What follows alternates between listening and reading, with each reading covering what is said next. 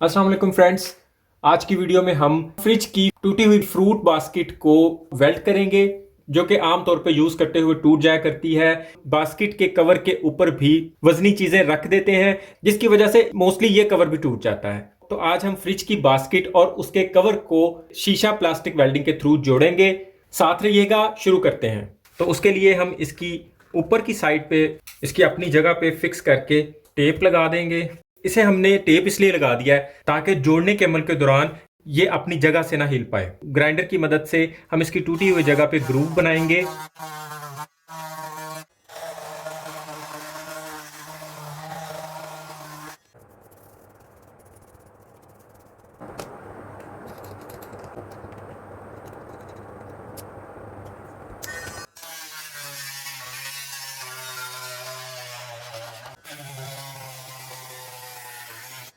उसके बाद हम 1 सीसी वाली मेडिकल सिरिंज ले लेंगे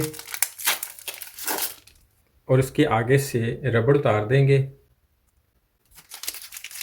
इसी तरह दूसरी सिरिंज लेंगे, उसकी भी आगे वाली रबड़ उतारेंगे। रेगमार का पीस लेंगे और इसके ऊपर जितनी ये लिखाई है उसको यहाँ से मिटा देंगे।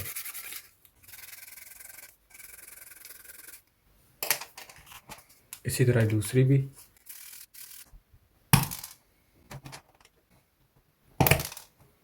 तो इस तरह हम इन सिरिंजों की ये कॉलर हटा देंगे, साथ से अंदर वाले राड की भी ये वाली चीज़ हटा देंगे।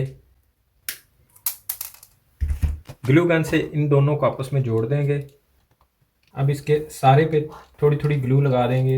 ये इस तरह का हमारे पास एक राड तैयार हो गया है।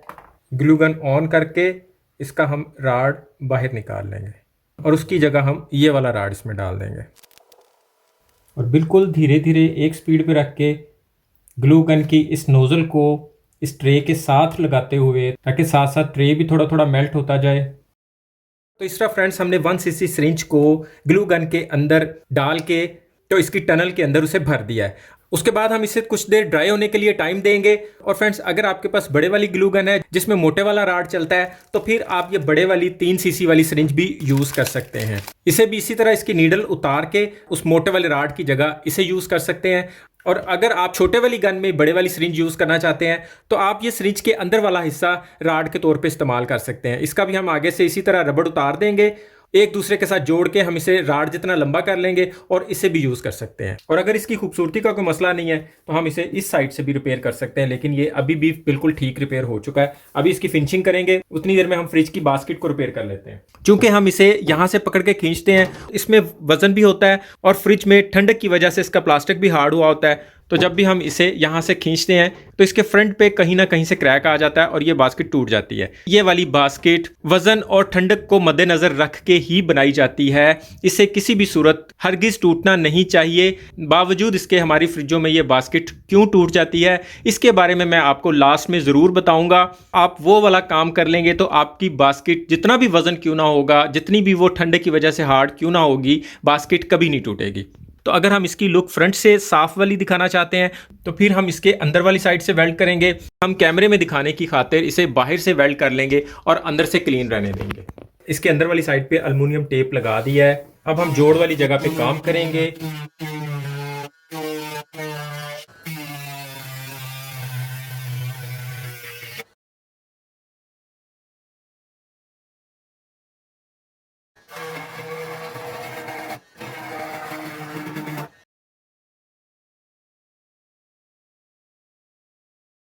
इंजेक्शन का प्लास्टिक ज़्यादा टेम्परेचर पे मेल्ट होता है, बहुत अच्छे तरीके से हार्ड होके एक तो ट्रांसपेरेंट हो जाता है, दूसरा इसका वेल्डिंग भी बहुत मजबूत हो जाता है। आप देख सकते हैं जिस तरह हम लोहे की वेल्डिंग करते हैं, बिल्कुल इसी तरह यहाँ पे वेल्डिंग हो चुकी हुई है।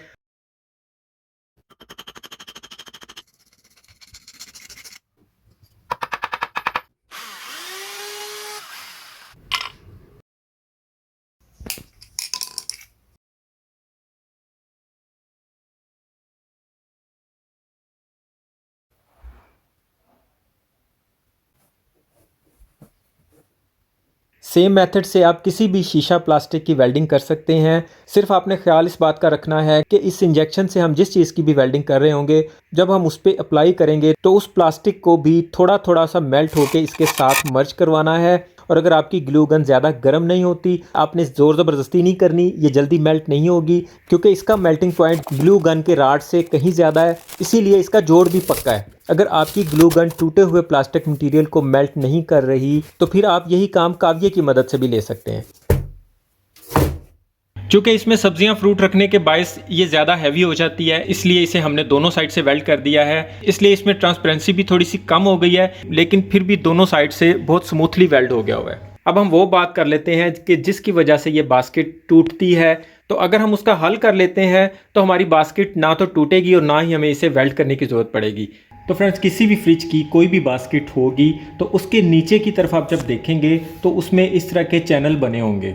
इसकी वजह से फ्रिज की बेस के साथ इसकी फ्रिक्शन कम बनती है और ये बहुत आराम से अंदर और बाहर मूव करती है। लेकिन होता यह है कि फ्रिज के अंदर दूध वगैरह गिरने से या कोई और चीज़ जब फ्रिज के अंदर गिरती है तो जाहिर बात है जो भी चीज़ ऊपर से गिरेगी वो फ्रिज के इस जगह पे इसकी बेस में आएगी। मुख्तलिफ चीज़ों की मिक्सिंग से यहाँ पे एक ग्रीस टाइप की चीज़ बन जाती है। आप नोट करें ना करें, लेकिन ये ग्रीस टाइप की चीज़ अक्सर फ्रिजों में बनी होती है और यही चीज़ बास्केट के टूटने का बायस बनती है। ये जैसे जैसे थिक होती है ये स्मग बोन टाइप की चीज़ बन जाती है और ये बेस और बास्केट आपस में चिपकी होती हैं और जब हम इसे बास्केट को बाहर की तरफ जोर लगाते हैं तो वो फ्रिक्शन के बायस बाहर नहीं आती और बास्केट टूट जाती है। जिस तरह हम इसमें ये बास्केट रखते हैं, जैसे इसमें वजन रखेंगे और इसको खींचेंगे और नीचे से जब ये स्मूथ नहीं होगी तो ये बाहर को नहीं निकलेगी और बास्केट टूटने के चांस ज़्यादा हो जाएंगे। ये आप देख सकते हैं कि मैं इसके ऊपर फिंगर लगाऊंगा तो फिंगर इसके साथ चिपकेगी।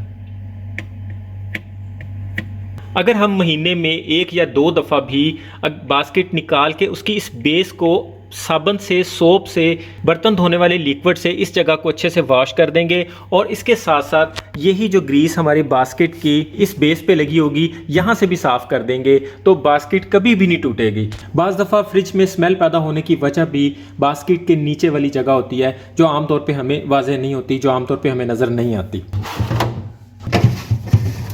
और अगर आपकी फ्रिज में ये मसला मुतवातर रहता है तो हम पैकिंग वाला ट्रांसपेरेंट बैग ले लेंगे जिसके अंदर आमतौर पे सूट वगैरह पैक होके आते हैं। तो आमतौर पे ये हर घर में मिल जाएगा। कोई और शापर यहाँ पे यूज़ नहीं करेंगे, सिर्फ ये वाला ट्रांसपेरेंट पेपर यूज़ करेंगे।